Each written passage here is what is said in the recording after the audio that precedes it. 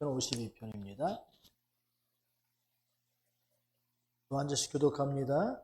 포악한 자여, 내가 어찌하여 악한 계획을 스스로 자랑하는가? 하나님의 인자하심은 항상 있도다.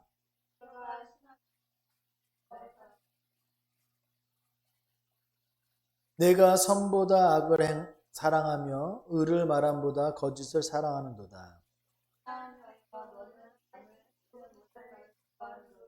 그런즉 하나님이 영원히 너를 멸하시며 너를 붙잡아 내 장막에서 뽑아내며 살아있는 땅에서 내 뿌리를 빼시리로다. 이 사람은 하나님을 자기 힘으로 삼지 아니하고 오직 자기 재물에 풍부함 의지하며 자기 악으로 스스로 든든하게 하던 자라 하리로다.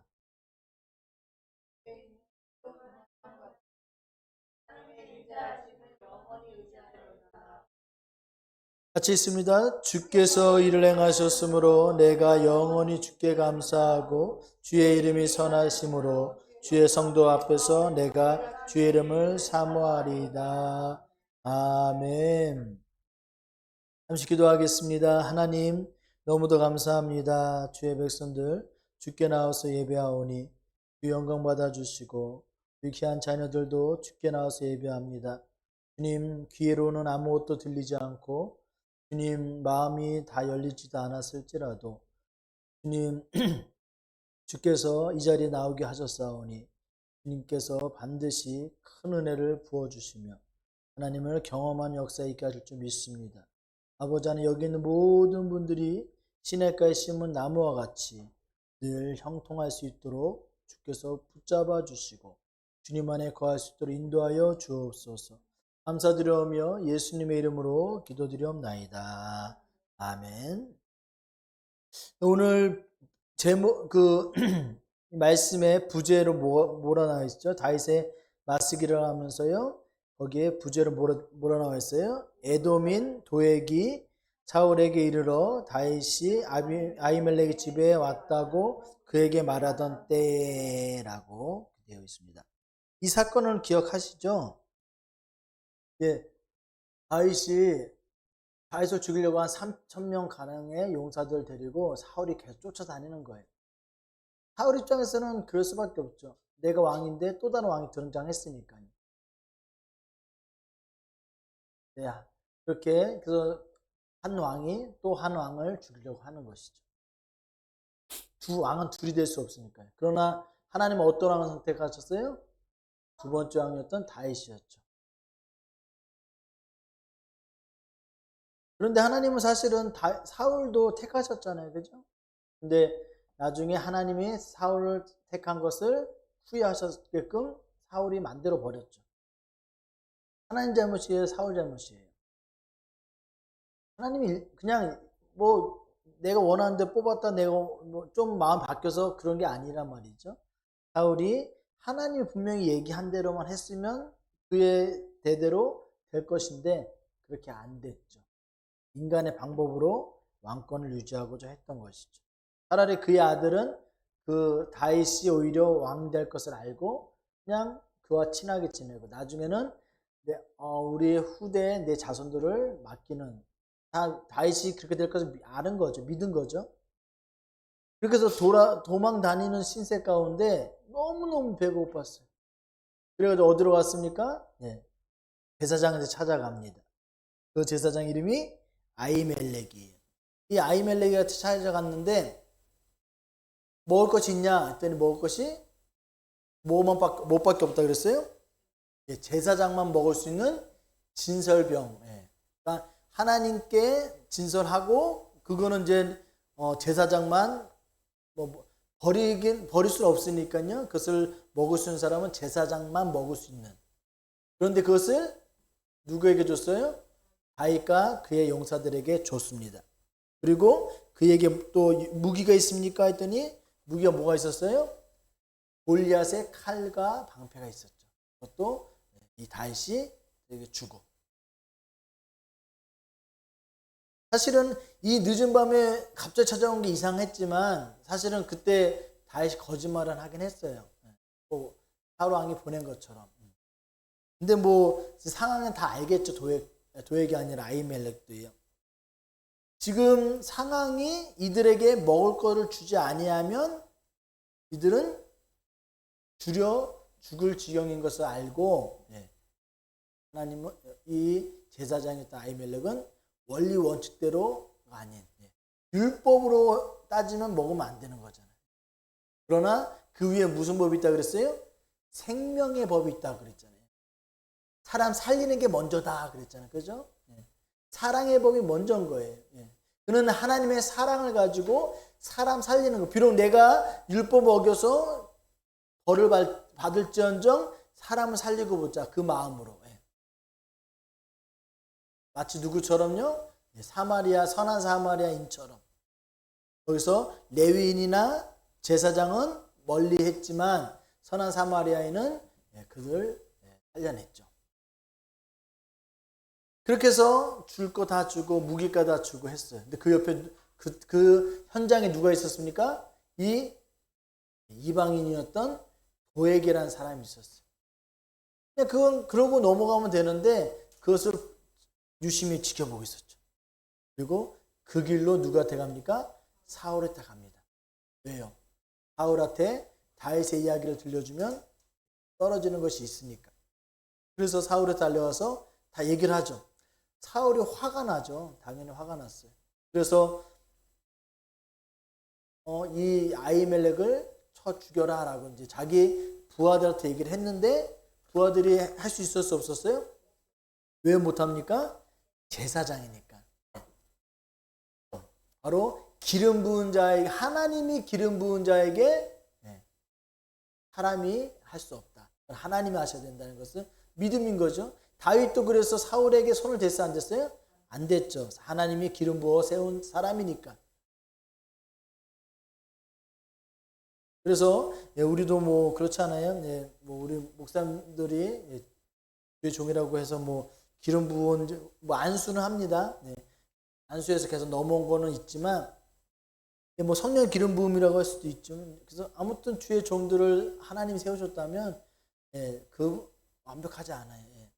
분명히 잘못한 거 맞습니다. 그래도 그거에 대해서 우리가 정죄할 수는 없다는 것이죠. 우리 그때 저도 말씀 나눴죠. 우리에게는 정죄할 권세가 없다고 말씀드렸죠. 우리가 할 수 있는 건 그저 사랑하고 안 되면 우리는 기도해 줄 수밖에 없는 거고 하나님이 하시는 거예요. 그죠? 그래서 사울을 낳던 것처럼 이 아히멜렉을 아무도 못 건드리는 거예요. 누구만 건들 수 있어요? 이방인, 하나님만 건들 수 있는데 사람 중에서는 믿음 없는 사람은 건들 수 있겠죠?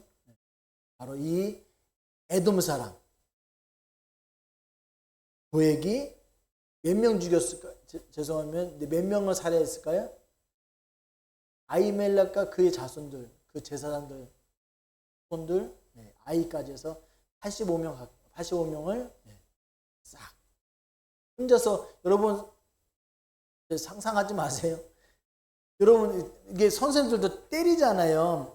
때리는데 정말 85명을 때린다 생각해봐요. 쉽지 않아요. 때리는 것도. 무슨 말인지 아시죠? 선생님 너무 화가 났어. 그래서 막 한반에 친구들 막 우리 뭐 예를 들어서 이제 요즘 그런 체벌 없는데 우리 있으면 뭐죠? 여기 책상에 다 올라가서 어딜 때려요? 허벅지 때리는 게 기억나시죠? 우리 때 그랬잖아요.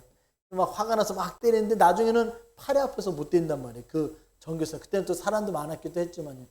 근데 85명을 사람을 죽인다는 게 사람으로서 한 사람이 죽인다는 게 진짜 보통 내기 아니면 한 사람도 죽이기가 쉽지 않은 건데 여러분 정말 이 사람은 눈이 멀은 거예요. 누가 없다 생각하는 거예요? 하나님이 없다라고 그는 생각하는 사람만이 할 수 있는 것이죠. 그래서 보면 1절에 보면 포악한 자여 내가 어찌하여 악한 계획을 스스로 자랑하는가. 그렇지만 하나님의 인자하심은 항상 있도다라고 얘기하고 있어요.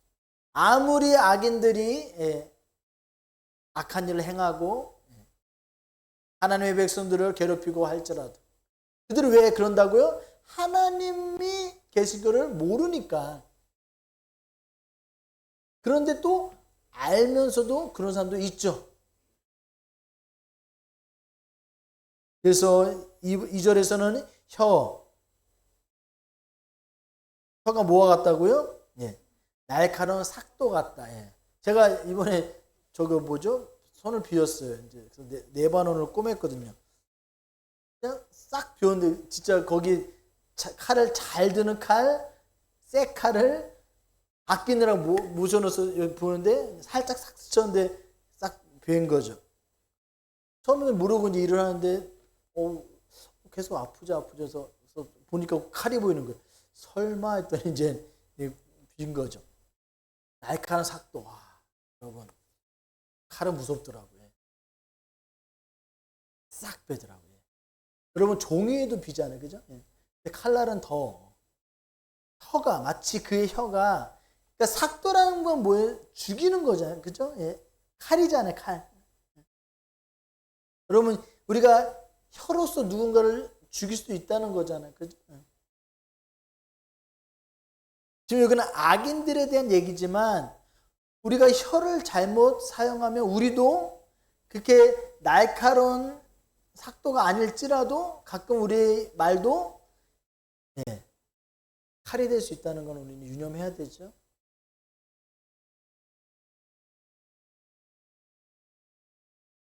아무튼 1절부터 6절까지 계속 지금 악인들에 대한 얘기를 하고 있는 거예요. 여러분 지금 이 얘기를 다시 지금 이 사건이 일어난 85명이 죽고 그 얘기를 다시 돌아왔다는 어느 기간 조금 피드백하는데 시간 걸렸겠죠. 이제 전해준 사람이 있고 그때 그 한 명이 살아서 다이스에 왔구나. 예, 그 와가지고 그 얘기를 듣고 그 얘기를 들었을 때 얼마나 정말 피가 거꾸로 솟았을 것 같아요. 사실 다윗은 용사잖아요, 그죠? 엄청난 용사란 말이에요. 예. 지금 골리앗의 칼을 들고 가서 그걸 사용하려고 가져간 거잖아요. 골리앗 칼이 배틀채 같다고 엄청 크단 말이에요. 그것을 휘두를 정도면 다윗도 키는 골리앗만치 않아더라도 힘이 있다는 거예요. 대단한 용사예요, 다윗도요. 그러니까 요압 같은 용사, 비시비시라면 따르겠습니까?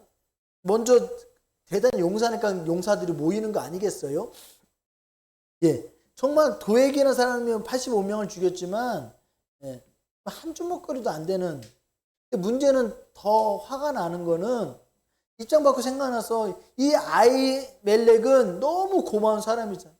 정말 내가 너무 어려울 때 이 다윗은 자기를 도와준 사람에 대해서 그 갚는 일들이 있었잖아요. 기억나시죠? 예전에 압살롬 때 갈 때 도와준 사람들을 다 이렇게 인사하고 살해하는 그런 심성을 가진 사람인데, 그런데 날 도와주려고 했던 사람이 나 때문에 죽었다면, 나 때문에 살해당했다면, 죽음 얘기를 그런 얘기를 해서 죄송하지만 얼마나 막 어쩔 뻔 모르. 저라도 진짜 내가 뭘 할 수는 없고 막 그런 심정을 얼마나 비통하겠습니까? 온갖 저주를 다 하고 싶을 거예요.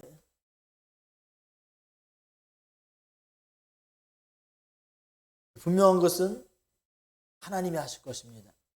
그래서 5절에 보면 그런즉 하나님이 영원히 너를 멸하시며 너를 붙잡아 내 장막에서 뽑아내며 살아있는 땅에서 내 뿌리를 빼시리로다. 의인이 보고 두려워하며 또 그를 비웃어 말하기를.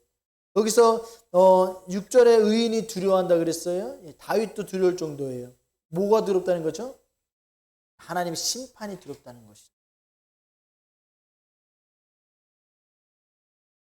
그래서 모든 의인이 뭐라 평가해요? 이 사람은 하나님을 자기 힘으로 삼지 아니하고 오직 자기의 재물에 풍부함 의지하며 자기의 악으로 스스로 든든하게 하던 자라 하리로다 라고 얘기했어요.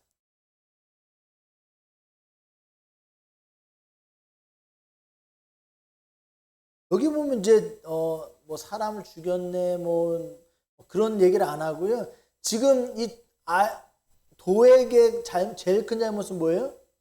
하나님을 무시한 것. 그리고 하나님보다 자기를 더 의지하고 그리고 재물과 자기의 풍부함. 지금 굳이 그 일들을 사울에게 왜 얘기했어요? 얘기함으로 떨어지는 홍고물이 있는 것을 알았기 때문에 뭔가 보수를 받고자 얘기를 했을 거잖아요. 뭐 아무것도 없으면 안 갔겠죠. 현상금처럼 받았겠죠. 분명 받았을 거라면. 그것 때문에 하나님보다 그게 더 우선이었고, 내가 돈이 많아지고 내가 재물이 많아지고 권력이 높아지고 그것이 하나님보다 더 우선인, 하나님을 보다 내가 우선인 사람. 이 살인보다 우선은 그게 큰 죄의 근원인 것이죠. 여러분, 우리가 하나님을 믿지만 우리도 가끔 이런 죄악에 빠질 수가 있잖아요. 하나님 믿는다 하면서도 내가 우선이고, 나의 지혜가 우선이고, 내가 행했던 일, 내가 무언가 이뤄놓은 거가 거기에 때로는 우쭐대고, 내가 조금 소유가 풍부해지면 나도 모르게 교만해지고, 우리가 악한 자의 자리에 앉으려고 할 때가 많다는 것을 우리 유념해야 됩니다. 사실 1절부터 7절까지가 어쩌면 도액에 대한 얘기지만, 도액의 이 잔인한 얘기보다는 어떤 그냥 도액을 근거로 악인들을 향한 얘기인데, 이제 근본적인 얘기만 하잖아요. 악한 원인. 여기는 하나님이 없다는 것이죠. 그런데 여러분, 이 사람들은 하나님을 몰라서 죄를 이렇게 진다고 하면, 알면서도 짓는 사람은 더 나쁘잖아요. 그죠? 우리 안에 우리도 회개해야 됩니다. 어쩌면 우리가 종종 더 큰 죄를 질 수 있다는 거예요. 우리는 하나님을 알면서도 하나님을 무시한 채 살아가는 때가 많다는 것이죠.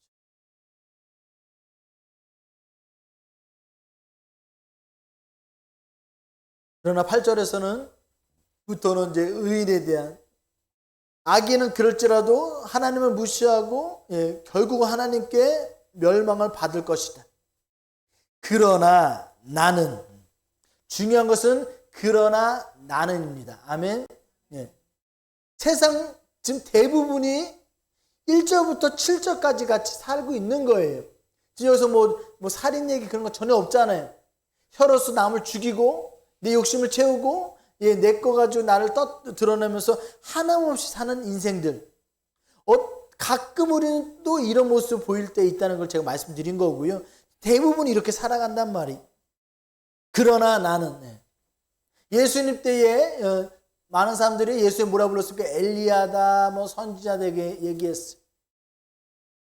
그러나 너희들은 그러나 결국에는 다 떠났어요. 아무도 안 남았어요. 주님 마음이 알고도 계셨지만 그 본심들 다 알잖아요. 그러나 주님 마음이 좀 아팠겠죠. 제자들에도 얘기합니다. 너희들도 가렸느냐라고 얘기했어요. 그러자 베드로가 뭐라고 했습니까?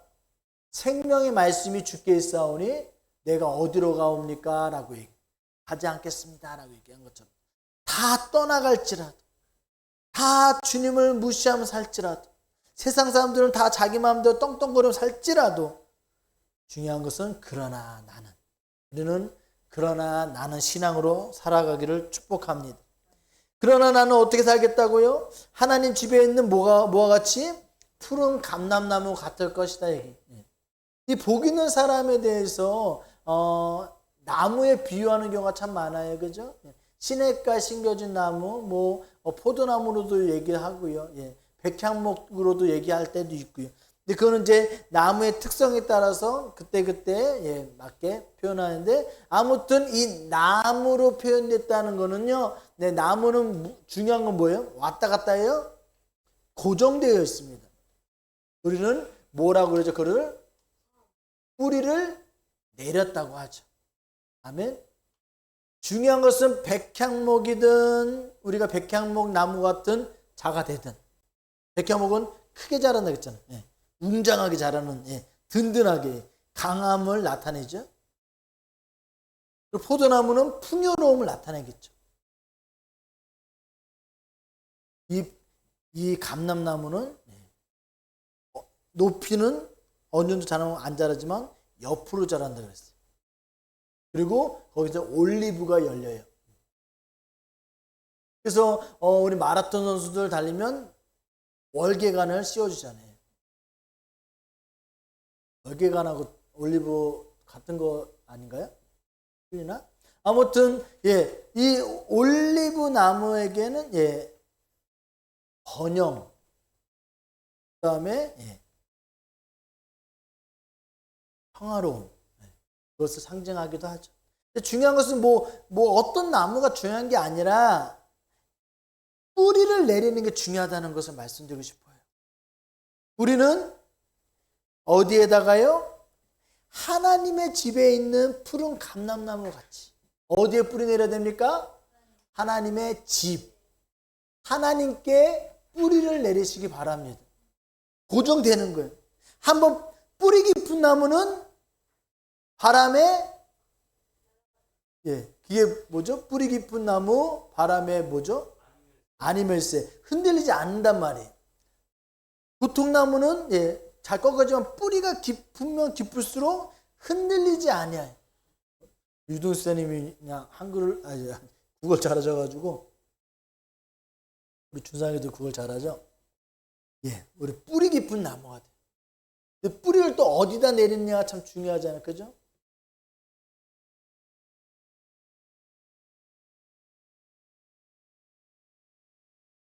저는 가로수들 보면 뭐 여기 되게 크잖아요, 그죠?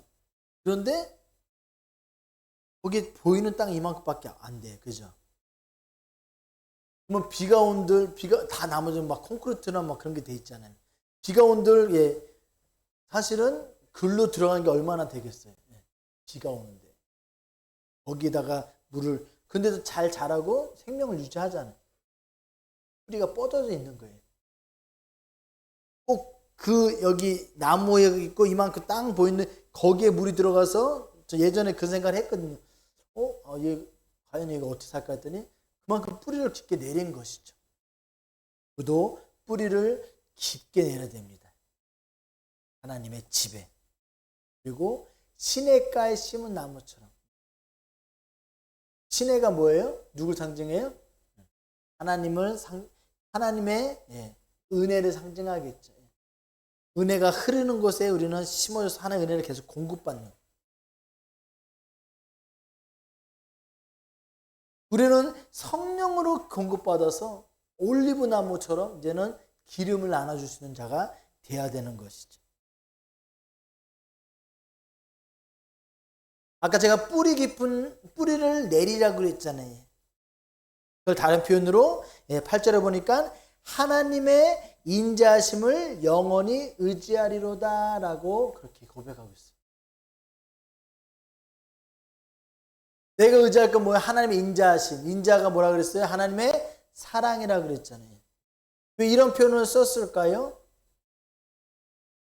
현실에서는 우리가 살아가는 데 있어서 지금 같은 상황들이 도액이 정말 한 주먹거리도 안 된 애가 지금 자기에게 큰 상처를 줬잖아요. 저 분노가 치솟아 올랐을 것 같아. 당장이라도 사람 보내가지고 처단하고 싶을 마음이 들었을 거란 말이죠. 그거는 하나님께 맡기고 자기는 반대의 길로 가는 것이죠. 이런 상황이 내게 있을지라도 슬픈 현실에 내가 있을지라도 나는 무엇만 보겠다? 하나님은 그래도 나를 사랑하신다. 하나님의 인자하심에 오직 포커스를 걸겠다. 비록 내게 주시는 일들이 고통일지라도 이것이 뭐다? 이것도 하나님의 인자하심 때문이다라는. 욥이 그토록 고난을 받았지만요. 그 고난 받게 된 이유가 뭐랬어요? 하나님이 사랑하기 때문인데 결국 그 고난을 통해서 얻게 된 건 뭐예요? 소유가 많아지는 게 중요한 게 아니라 하나님을 알게 되는 게 중요한 거라고 했잖아요. 하나님을 더 알게 되고.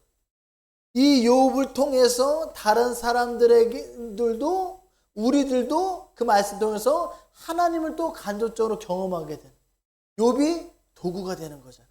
하나님을 알리는 도구. 정말 그 누구도 욥의 친구들, 새 친구들의 한 얘기가 틀린 말이 없어 보여요. 다 맞는 말을 했단 말이죠. 그러나 하나님은 그것도 틀렸다 얘기해요. 하나님 제대로 대부분 그렇게 생각한단 말이에요. 우리가 대부분은 욥의 새 친구처럼 생각할 수밖에 없단 말이에요. 많은 사람들. 그런데 하나님의 욥기를 통해서 보여준 모습은 전혀 다른 모습이지 않아요. 하나님은 그렇게도 나타날 수 있으시다. 그건 하나님의 마음이신데, 중요한 것은 하나님은 그것을 통해서 무엇을 통해서든 하나님을 보여주고 싶고 영원하신 하나님의 사랑을 나타내고 싶으신 게 하나님의 뜻이라는 것을 믿으시고요. 이 다윗도 그렇고 욥도 그렇고 고난 속에 지금 다윗도 고난이 지금 몇 년이 있었던 거거든요. 그는 지금 이 현실에 서서 고백하는 거, 나는 그럼에도 불구하고 그러나 나는 하나님의 집에 내 뿌리를 내리고 나는 무엇을 의지하겠다? 하나님의 인자만을, 하나님의 사랑만을 나는 영원히 의지하겠습니다. 이 고백을 할 때에 다윗의 눈은 피눈물이 났을 것 같아요. 얼마나 그냥 화가 치밀어 오르지만 그거 내려놓고 난 그럼에도 나는 하나님께 집중하겠습니다라고 고백하는 이 마음. 우리 구절 같이 읽겠습니다. 주께서 일을 행하셨으므로 내가 영원히 주께 감사하고 주의 이름이 선하심으로 주의 성도 앞에서 내가 주의 이름을 사모하나이다. 중요한 것은 하나님의 인자를 의지하고 주께서 일을 행하셨다. 도대체 이가 뭘까요?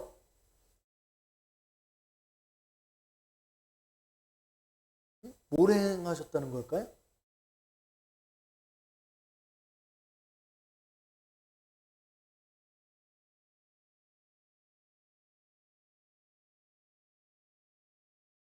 지금 8절에 다윗이 여호와의 인자하심을 영원히 의지한다.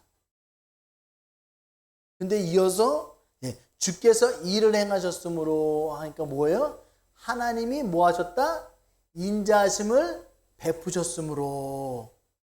그런데 지금 상황이 전혀 인자롭지 못해요. 상황은요. 그러나 다윗은 무엇을 보는 거예요?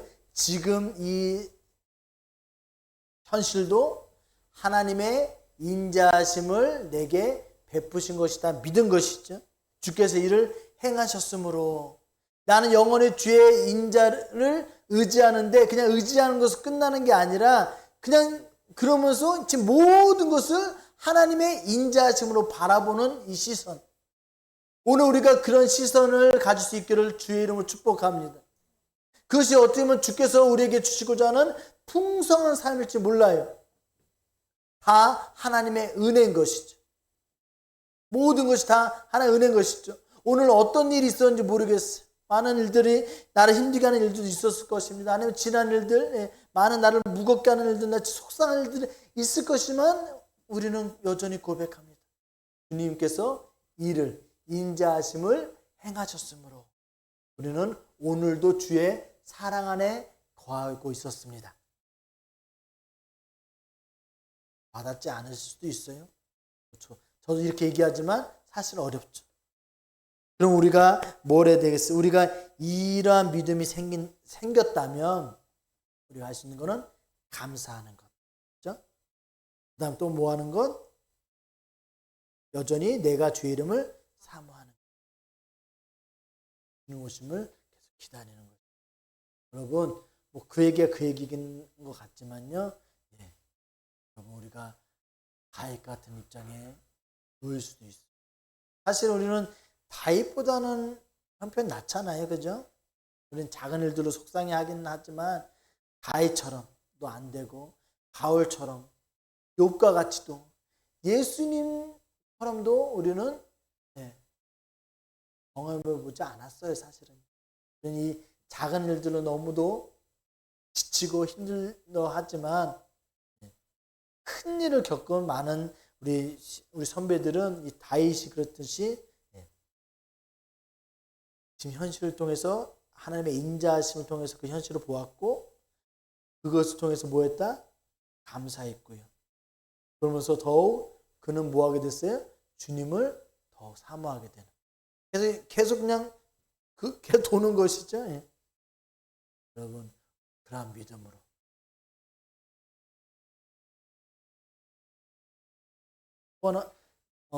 기도하는 바, 우리가 바라는 바는 사실은 우리가 또 받는 게 있어야지 지치지 않잖아요. 예.